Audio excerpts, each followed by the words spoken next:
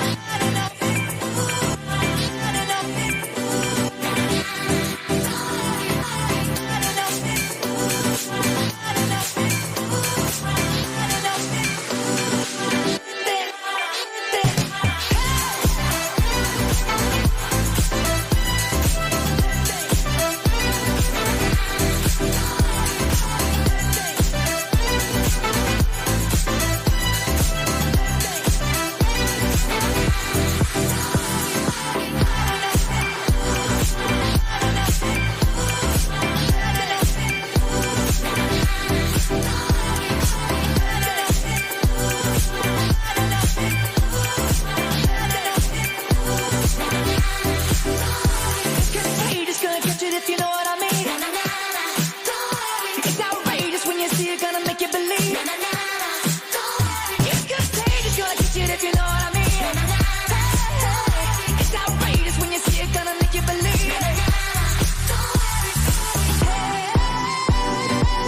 It's a good, good thing. Good, good thing. It's a good, good thing. Good, good thing.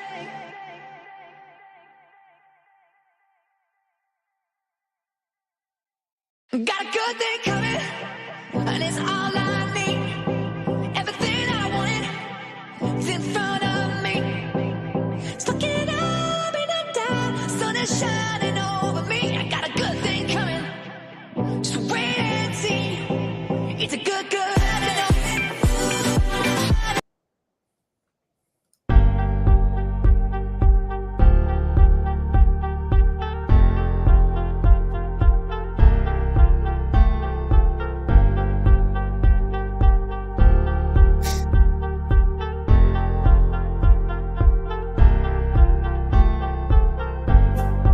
What's going on, guys? We are live on YouTube, and we are ready to roll here.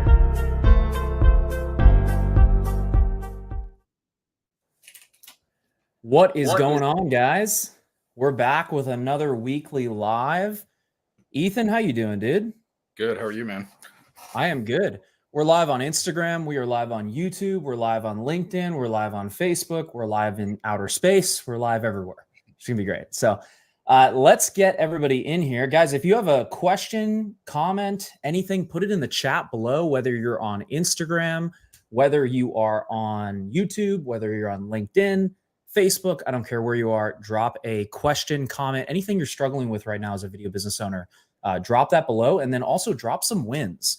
So we're going to go over some wins from our community here in just a sec, but drop some wins. Anything can be a personal, professional, any kind of win. Drop that below, and we'd love to know how the week is starting for you. So let's go ahead and get this kicked off. I'm going to go ahead and start with some of our client wins here. So I have Matthew, who actually just closed a 12-month contract with us, 14.1K per month. And this is the third client he's landed with us, which is a total of $169,000 total contract, which is awesome. And guys, if you see me looking different ways, I'm looking at Instagram over here, and I'm looking at YouTube over here. So huge win for Matthew, which is great. And he calls us the gurus, which I don't know if I agree with that one, but let's see the next one. We got Kyle over here.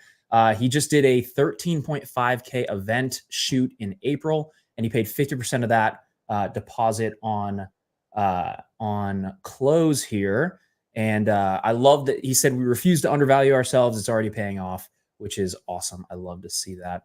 And then another one, Esteban closed a 12-month 60K deal with us, which is crazy. I think that's the biggest deal he's closed so far. I think we have one or two more here. We got Isaac with a 22K client. That is a retainer client for him. And then let's see what else. We got one more, which is Ryan, who has nearly invested. He's nearly 6x, excuse me, his investment with us since working with us in the program, which is absolutely amazing. Let's get everybody in here. Instagram, if you have questions, I might have to lean over here. If you have any questions, drop them below, and we will go through those on here as well. And if you're live, drop a live below and let us know that you're on here. So today we're going to be talking about sales. So I kind of want to keep things towards the sales topic. We got Ethan, which is one of our sales coaches here, and myself as well. And we're going to be going over any questions you guys have on sales. But you know, obviously we're happy to answer anything, but let's try to keep it closer to that. So any questions you guys have, drop them in the chat below, and we'll kind of wait for those to come in. And in the meantime, let me see what I have on Instagram here for questions. How to write a proposal for a project. So I think that's Fishing with Fitz here. How to write a proposal for a project. So when it comes to writing a proposal, we want to figure out what is the main problem we're solving for the client. So we want to figure out what is the main problem, what are we solving for the client, and how are we solving that problem? And then we want to make sure that we are crafting deliverables that solve that problem. One of the biggest mistakes Ethan and I see here is when we are basically just throwing deliverables in packages to just have them in packages. And Ethan, you want to speak on that a little bit? Like how do we craft, because I know we don't talk about proposals necessarily, but we do talk about offer sheets. Do you want to talk on that a little bit?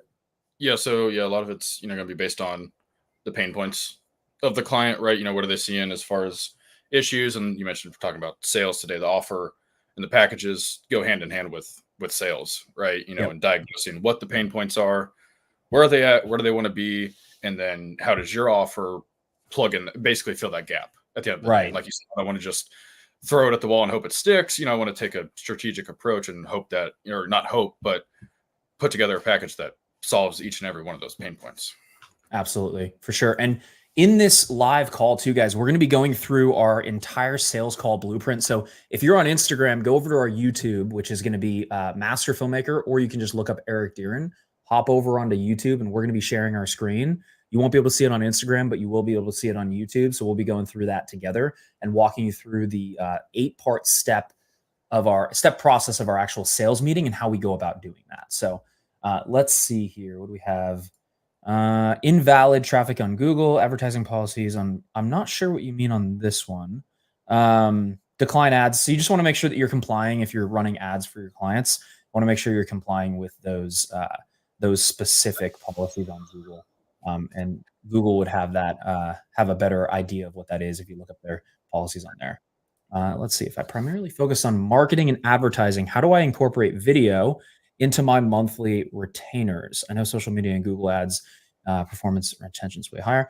So this is a good question. So if you primarily focus on marketing and advertising, you want to have something that's sticky within your packages. So running ads for clients is an example of one thing that is sticky. It's not the only thing you have to do, right? Ethan, do you want to talk a little bit on like what are some sticky deliverables that people can put into their packages to get clients to stay with them longer?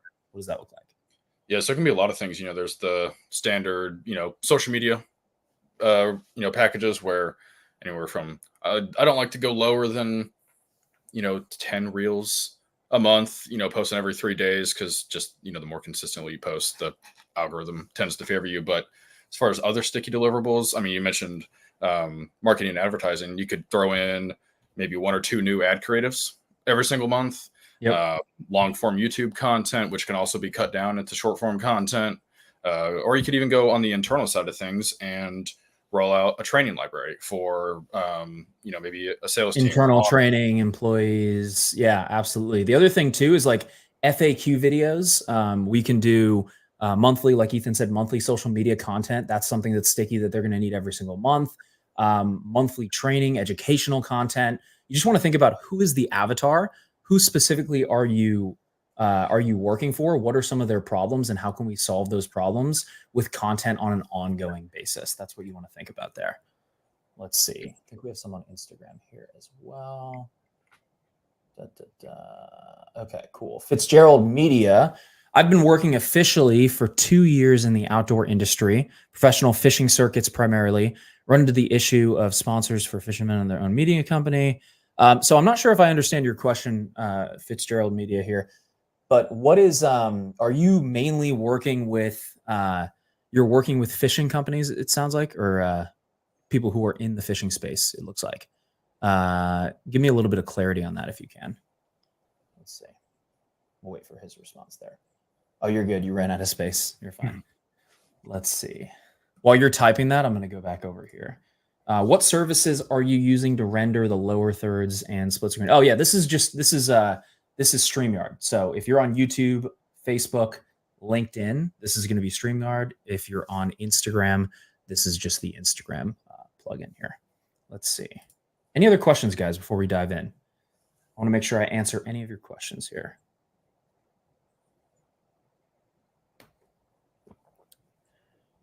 Let's see. Cool. Okay.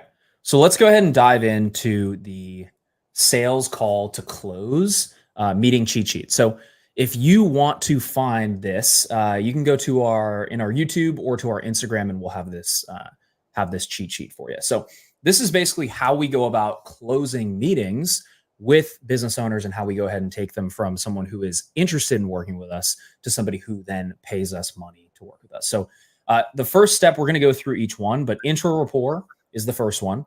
So we want to talk about like, hey, who are you? Like do a little bit of intro and then also build a little bit of rapport to where we're like, we don't want to be talking about the weather for multiple, 10, 15 minutes, but we do want to build a little bit of rapport to get to know them a little bit more and just build a little bit of likability within that conversation.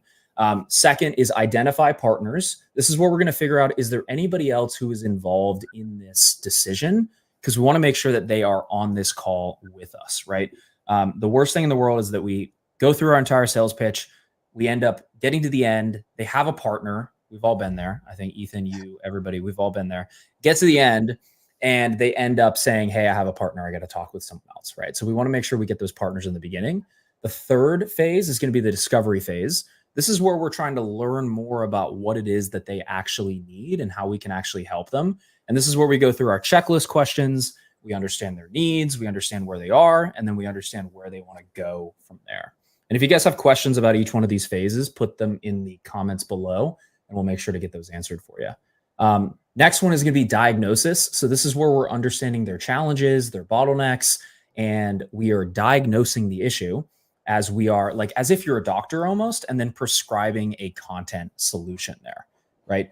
Next phase, fifth phase, is going to be the pitch phase. This is where we're actually pitching them our services and going over our 5 pillars and how we actually are going to help them get from A to B, and then showing them how that process works. And then the 6th is the collections phase. This is where we're actually collecting the payment and we're getting the client closed. And then the last one is going to be the objections phase, where we are going through any objections or concerns that the prospect may have and alleviating those current concerns and making sure that they are ready to go. So any questions on that so far, guys? Let's put this in the chat. Let's see. Let's go back to Fitzgerald Media over here. So the sponsors normally already have a contract with other videographers. They use my footage. I shoot with the fishermen. So give me a little bit more detail on, are you just working with the fishermen or are you working with the actual sponsors? Because one thing you may want to do is go after the actual brand as opposed to just going after the individuals there. Let's see. Any other questions on this, guys? Okay, cool. So let's dive into intro rapport. So intro rapport is going to be where at the start of the call, we typically just say something. We confirm the time that works. We confirm this works for them. We typically go into like, hey, Ethan, I know we already have 45 minutes here. We only have 45 minutes. Does that still work for you? We confirm that the time works and we make sure that that time still works for them. And then what we want to do is we want to ask them what actually attracted them to booking the call in the first place. Because we need to get that intent, that North Star in the beginning of the call to make sure that they actually have a problem we can solve and they're here for a reason, right? So something like, hey, Ethan, before we dive in, I guess what specifically attracted you to book a call? Like, how can we help, right? And that's where that first question comes in to start figuring out like where and what they specifically need. And then after that, we're figuring out like we want to make sure that it's a solution we can actually help with. And then we want to future pace that conversation. So, hey, I'd love to get to know more about your business, how we might be able to help you. And then if we both feel like it's a fit, then we can talk through some options. Is that fair? Cool. Good. Any questions on that, guys? Anything there? Ethan, where do people typically like go wrong in this intro rapport phase? Like what are some common pitfalls? I would say staying on it too long. Start off just like rapport. Yeah, just start off on a tangent. Like you said, like we don't want to talk about the weather for, for the first 10 minutes because we've already set laid the foundation that we only have 45. But if you take 25% of the call to talk about, the baseball weather, your favorite sports team, right? Yeah. Yeah. I mean, so I think a lot of people to that point too, a lot of people think that if you build really good rapport with a prospect or with a business owner, that it's going to get you the actual deal, right? When a lot of times that's not the case. Like if I asked you, Ethan, like if you went to a doctor, grab my chair here, if you went to the doctor, right? And maybe you didn't like the doctor very much, like personally, or he didn't connect with you very much personally, but he was the best doctor in the world for XYZ surgery that you're going to do. Would you still go with him? Yeah. Of course. Why? Yeah. Right? Because it's the best, right? And so like rapport isn't established by going in and then, talking about the weather, talking about your favorite sports team, talking about whatever. Like it's established by digging into the problem of what they need initially, right? Because you are the expert and they want to feel that on the call. Like they want to feel that you are the expert and you're getting deep into the problem there. Any other kind of main like pitfalls people run into in this first phase?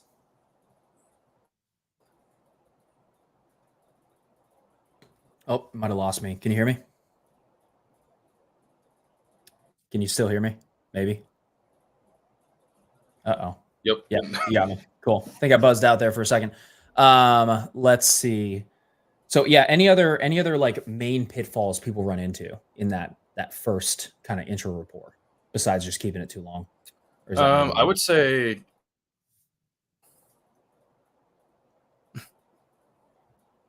oh, I think you buzzed out again, dude. It might be my side. Can you hear me? let's see. Maybe. Let's see. Can you guys hear me? Put a comment in the chat. Let me know if you can hear me. Let's see.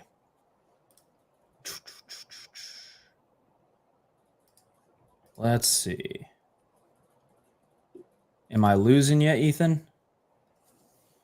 Dun, dun. I'm going to shoot you a text. Let's see. Hear me? Cool. Got me. Ethan, can you still hear me? They don't want us to get through this sales presentation, man, on how to close deals. The competitors are trying to wipe us out here. No, I'm kidding. So that's the second phase, right? Intro rapport. The next phase is going to be identifying partners. And so I like to do this in the beginning of the call. And it's typically just something like, hey, is there anybody else who might be involved in a decision like this for the business? Is there anybody else who might be involved in moving forward on some sort of project like this? And we just want to figure out if there's any other key partners or people that are involved in the project. Because what we don't want to do is we want to find out at the end that they are involved, and then we get to the end, and then obviously we can't move forward, or we can't get a decision because nobody's ready. Ethan, anything on your end? Like what are some ways you go about doing this as far as like identifying partners? Yeah, no, I think that's like what you just said. You've seen if there's anybody else involved in the decision-making process, because the decision maker, or the term decision, to some people the decision maker is the person who makes the final decision. Right. But like you said, if there's anybody else involved in the decision-making process, they might, maybe you're talking to the owner, but they might want to go to their marketing manager for their input. But if they're not on the call, then then they're gonna have to go back and chat with them after. For sure. Yeah, no, because I think what a lot of other people will sometimes teach, which again, there's not necessarily anything fundamentally wrong with it, but it does put the prospect on guard. What other people will sometimes teach is like, are there any decision makers that need to be here? Like, don't say that specifically, because when you say, are there any other decision makers here or needing to be here, it puts that person on defense, and it makes them say, hey, no, like I make all the decisions. Don't worry about anybody else, right? And so it puts them on the defense, and then it gets them in that place where like they need to justify their ego and justify who they are, as opposed to like putting them in a place where, hey, is there anybody else involved in this project, which it doesn't hurt their ego as much, Yep. So really good point there.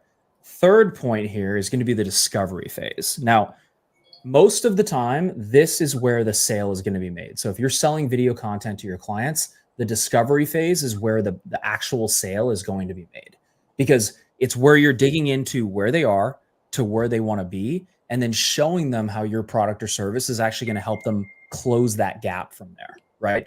And so the discovery phase is typically where we're asking more specific questions around the business and the problem they're facing. But the idea here is overall, we want to figure out where they are and then where they want to go. And so these examples I have here are more generic questions. So you definitely need to customize these to your client and your specific situation. So don't just copy these right off the bat. But these could be questions like, hey, what's the main goal when it comes to creating content for the business? Or how are you currently attracting clients via video and content? Or what's the revenue goal for the business for the year? Or where are we at relative to that? What's the current revenue, right? How long has this been a goal? Why change anything now? So that what that does, that why change anything now, what that does is it basically pushes them away and gets them coming back. So if we say like, well, Ethan, why change anything now? It seems like you're doing fine. So I guess like why change anything to begin with? Like, it seems like the way you guys are doing things has been going okay. And then typically at that point, you'd push back and say something like, well, it's been okay, but we want XYZ. And we're able to get them to push back and fight us a little bit and figure out like why they want to make a change now. That way, at the end of the call, you don't get as much of a like, oh, this is a nice to have, not a need to have type deal. And then after that, I guess the next one would be, hey, I guess like, why not do this on your own? Like, why even hire somebody out of house to create this content for you? And a lot of people will be like, well, Eric, why would you ask that question? That makes zero sense. Like, why would you ask them why they would hire somebody? And the biggest reason is because you want them to justify to you, right? You want them to justify why they want to work with you. So, and then last ones are going to be like, what sort of time do you have to dedicate to working on a project like this? And then how quickly are you looking to put something like this in place, right? So those are the last ones. Guys, any questions on this? I know we got a bunch of people on the live here and on Instagram. So drop any comments below. If you have any questions, you want me to elaborate on anything here. Maybe there's something you don't understand. Let's see here. Perfect. Yep, I don't get the actual A to B. Yeah, 100%. So you need to get in like where they are to where they actually want to be. And if you don't get that gap, it's really difficult to close the deal from there. Let's see, what do we have next? Next, we have diagnosis. And so this is where we actually diagnose their pain and we prescribe a solution. So something like, hey, thanks for that info, Ethan. I feel like I have all the information I need on my end. I'd love to maybe share some thoughts on how we can help. Does that work? Yes, you get agreement there, right? And then this is where we want to help them understand why everything that they've tried in the past hasn't worked and why this is going to be different. Because fundamentally, if they've tried content in the past, but your solution doesn't feel or seem any different than what they've done before, it's going to be very difficult to get them to move forward.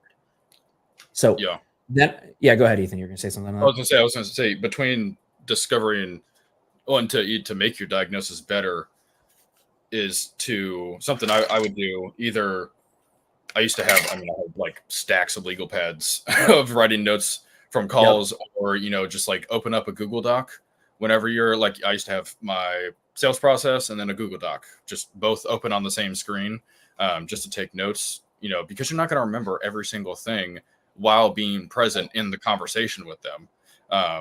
So to help your diagnosis, you got to have some notes to, and some background. And I used to lay that out, like in the intro report, hey, if you hear me, see me looking around, hear me typing, I'm just taking notes, just like the best of you. Now, why, like, what kind of notes do you typically take? Do you write out full sentences? Do you do like one word? Like, it's kind of hard. I just do very short, like 3 to 4 word bullet points, like very short, very short. Like, I would, like if they need clients, I would just write lead flow. Just something very short and simple, just so I can come back and look to it while I'm going through diagnosis. Yep, that makes sense. Give me 1 second here. Cool. Okay. Yeah, no, that makes sense for sure. So it's more so just little pieces. Like you'll do like 1 or 2 different types of notes to basically get them to just get those things. And then what I'll do too, because I like that you brought that up, I'll circle things that I want to come back to at the end. So then when I go into my actual diagnosis and into my pitch, I have specific things that they told me about throughout that process as well. Yep. Any questions on that, guys? And we get some people in the comments here. Don't be shy too, guys. We know you're on the live, so don't hide from us with your questions. Let them fire away here. Let's see. Okay. The next one's going to be the pitch phase. And so this is where we're going to go through our 5-step process and show them how we're going to alleviate each one of those pain points using our content strategy. And so typically we're going to do something like, okay, great. So in order to fix XYZ problem we talked about, there's really 5 main things that you need to tackle. And we work with our clients to come up with a 5-step process for them. So we want to make sure that we have that and you understand what your unique mechanism or your 5-step process actually is. And so if you don't have that, that's something we work with our clients on, obviously. Or if you just want to develop that in-house, come up with a process of what you take clients through and how you're going to help them get from A to B. And so that could be something like, hey, first thing we do is we strategize on ABC. the next thing we do is we do this, the next thing we do is this, and then we deliver the content, and then we lay out the content and XYZ, right? So we want to make sure we have that. And so the general framework here is going to be something like, so remember how you told me, Ethan, that you guys are kind of struggling with getting more clients coming into the business and you felt like people didn't really know who you were? You remember? Yeah, I do. Okay, cool. So what we're going to do, first thing we're going to do is we're going to analyze who your current customers are so we can make a brand film that lives on your website that educates your clients on what you do and how you do it, right? So that's the first thing. And that's so you can bring in more clients and get people to know, like, and trust you before they come into your XYZ business. So that's number one. So that'd be the first thing I do for pillar number one. And then I'd repeat that process for pillar 2, 3, 4, and 5. And I'm just going to go through that process each step and make sure that I alleviate all of the problems they told me about, right? So that's the pitch phase. If you have questions on that, drop them in the comments and we'll answer those at the end here. I would say one thing with the pitch phase too is I always check in with people between maybe like after maybe 2, and then like, because some people have 4, some people have 5. Just check in every couple. Hey, does that make sense?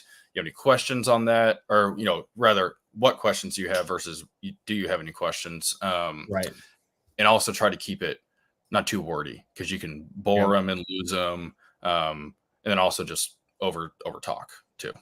Yep, absolutely. Good stuff for sure.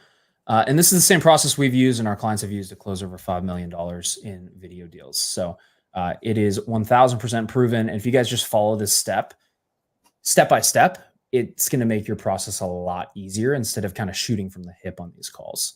But yeah, absolutely, Ethan. So, and then we go into collections phase. And so this is where, like Ethan said, where we check for agreement and then we close the deal. Does all this make sense? How do you feel about what we went through? Do you have any questions? And this is where people will have like 1, 2, 3, maybe 4 questions. You alleviate those questions and you help them understand any sort of concerns that they have, and you alleviate those concerns here. And then from here, we're typically doing something like, hey, so in order for us to get you to $2 million a month, like you said you wanted to get to, it's just insert price. So Ethan, in order for you to get to that $1 million a month in your business that you said you wanted to get to, it's going to just be 100K. And then at this point, we want to stay silent and we want to say nothing else. So just absolutely say nothing. And then the prospect will either respond with, okay, great, let's do it, or they're going to give you an objection. And I'd say 9 times out of 10, they're going to give you an objection. That's very normal. And we'll talk about that in a sec, but a lot of people are like, oh my gosh, they gave me an objection. Like, what do I do? They must not want this package, right? But the reality of it is the way humans buy at the end of the day is they buy after having objections, concerns, they're worried about things. You have to walk them through those concerns on the call. If it makes sense, obviously based on context, but you have to walk them through those things. You can't just be like, hey, I'm good, you're good, right? Like you don't want to just like let them take that and run with it, because everybody has objections prior to actually making a decision to move forward on something. Ethan, anything on that? Yeah, I was gonna say, with the objections, it's not always that they don't want it per se. It could just be a lack of information as well. Yep. Yeah. Usually it is. Usually it is a lack of information. They do not understand something, or there's a concern. And you want to reframe objections into, these are just concerns. These are just things that they're worried about. And how can we alleviate those worries, right? Yep. Landon, what if you have different packages at that point? So if you have different packages, you would just do something like, okay, so in order for us to get you to XYZ goal that you talked about, it's just going to be 12-month for this, 6-month for this, 3-month for this. But most of our clients go with the 6-month. And then you just say nothing. And you let them sit there for a second. Yep. Yeah. Or you can throw in which one do you feel like you're leaning towards? Right. Is that when you say people usually go for the middle package at that point? Yes. Yeah, exactly. And so that's when we go through that process there. Let me know if you have any questions on that. Cool. And then that brings us into objections here. And so, like I said, it's very normal for people to have objections. And a lot of people think that if they get an objection, they're doing something wrong. And that's usually not the case. 99% of calls end in an objection. So you have to know how to handle it, but it's very normal. that you have people who give you objections on the call. Like that is just expect it every time. Yeah, just expect it every single time. So that is pretty normal. But Ethan, you want to talk about like what are some of the most common objections people typically get on their sales calls? Because you've reviewed hundreds, if not thousands, of sales calls from our clients. I would say by and large, money is the biggest one. I mean, yeah, 10 out of, or not 10 out of 10, but 9 out of 10 times money is the biggest one. And then all the other ones are things that, we can handle before we even get to the price. We can handle business partner before the price. We can handle time. We can handle urgency. So a lot of times it's a lack of us doing our kind of preparatory work before we even get to the price. So really, money is really the only thing out of our control at the end of the call. Yeah, I mean, and the way you want to think about it is before price, it is a concern or it's a something they're worried about. After price, it's an objection. And so before price, you want to conquer as much as you can before you drop that price, because the minute you drop that price on the call, people get into kind of this fight or flight mode. And so you want to make sure that you understand all of their concerns and alleviate those concerns prior to actually dropping the price on the call. That's super, super important, That's why the temp check is so important. That's why what? The temp check before you go into the temp check. package. You want to make sure they are 10 out of 10 on this solution prior to actually dropping the price. You do not want to pitch them the price if they're like not certain or they give you the tonality that they're not certain. So like Ethan, ask me like how I feel about something. I'll give you like an uncertainty tone. Yeah. So, I mean, I guess, after hearing, the process, how do you feel? How do you feel about it? Do you feel like it's some, that can get you to XYZ goal? Yeah. I mean, I think it could. Yeah, I think it could. Gotcha. You think it could? Yeah. See, so what I did there is I gave you the uncertainty tone, and that's where you're like, you don't want to move on from that point, because at that point, if you move on from there, you're going to get into a point where like they just give you smoke screen after smoke screen after smoke screen on the actual call, and it puts you in a really tough place. And so you want to call that out where it's like, hey, I'm sensing a little bit of uncertainty here. Like, do you mind telling me what's behind that? And then dig deeper into what the uncertainty is. And you want to figure out what that actually is at the end of the day. But if they're like, hey, I'm 10 out of 10, I'm ready to go, then you're good to go. And you can just go full steam ahead and go ahead and pitch the price. So, well, that's why, like if you take Zoom calls, that's why having your camera on is so important, because there's the verbal tone, but also body language too. Yeah. If somebody's like sitting there, like closed off, and they're like, their body language tells you that they're not open to it, you want to address that. You want to dive deeper. And that's obviously what we do in the full program with our clients. We do role plays every day, if not 2 times a day on some days of the week as well. So we go through that every single day with our clients. It comes down to just drilling, and getting really good at understanding how the process works. What other questions do we have, guys? Let's see. What else? Get a couple over here. Let's see if I have any more slides. Nope, that's it. Let's close some deals. So that's the process, guys. If you have any questions or you want this actual download, let me know, and I am happy to send it over to you. And just let us know either in the comments or let us know if you're in our school group, let us know there. But this is our entire process. So intro rapport, identify partners, discovery phase, diagnosis, pitch phase, collections phase, objections phase. And so this whole thing should take you about 45 minutes on a call. And then last thing, never, ever, ever, ever, ever send your clients a proposal without first going over it with them on the call. Because when you send that, you lose all control in the call, and it puts you in a really tough spot. Well, and I've got one other thing too, between the discovery and diagnosis phase. If you come into a call with packages that you feel may not fit going in after going through discovery, you want to cut it after discovery. And what I'll usually say is, hey, I've got all the info I need today. Let me take this back to the team. We'll brainstorm a strategy for you guys. What day this week works best to review that together. So you're saying cut it after discovery if you feel like they're not quite there, because you don't want to force the call.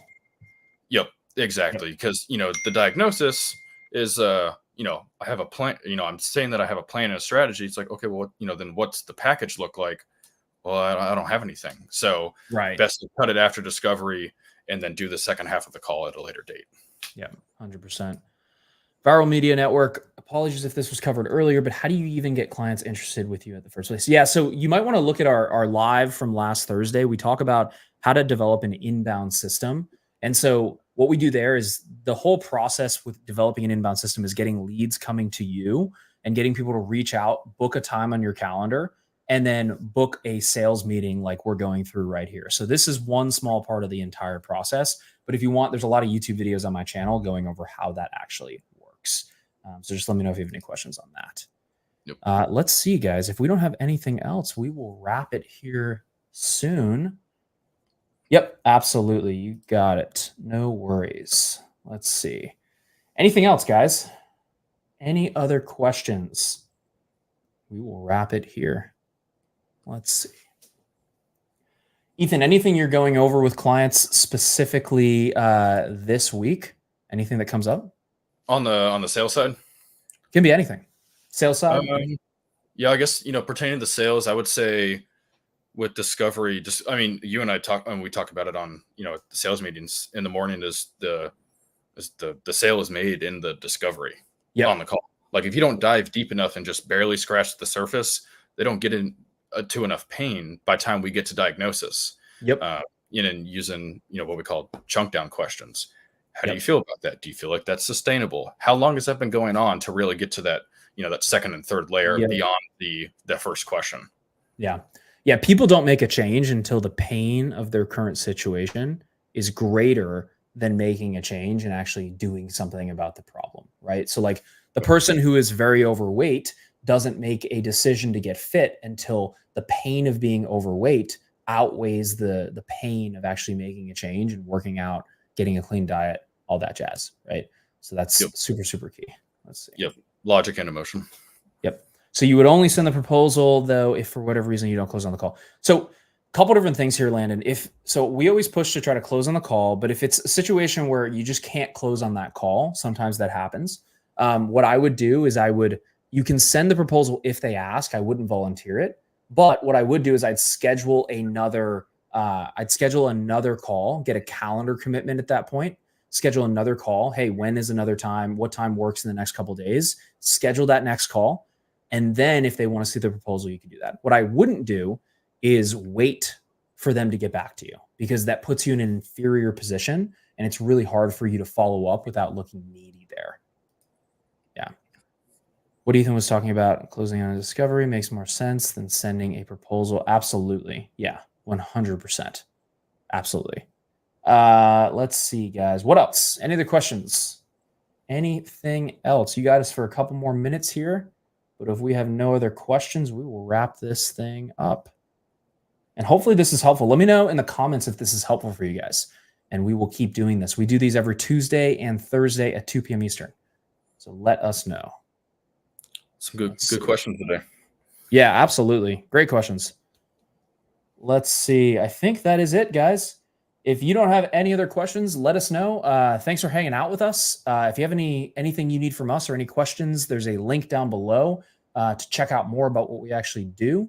And we will see you guys in the next training here on Thursday. Everybody have a good week.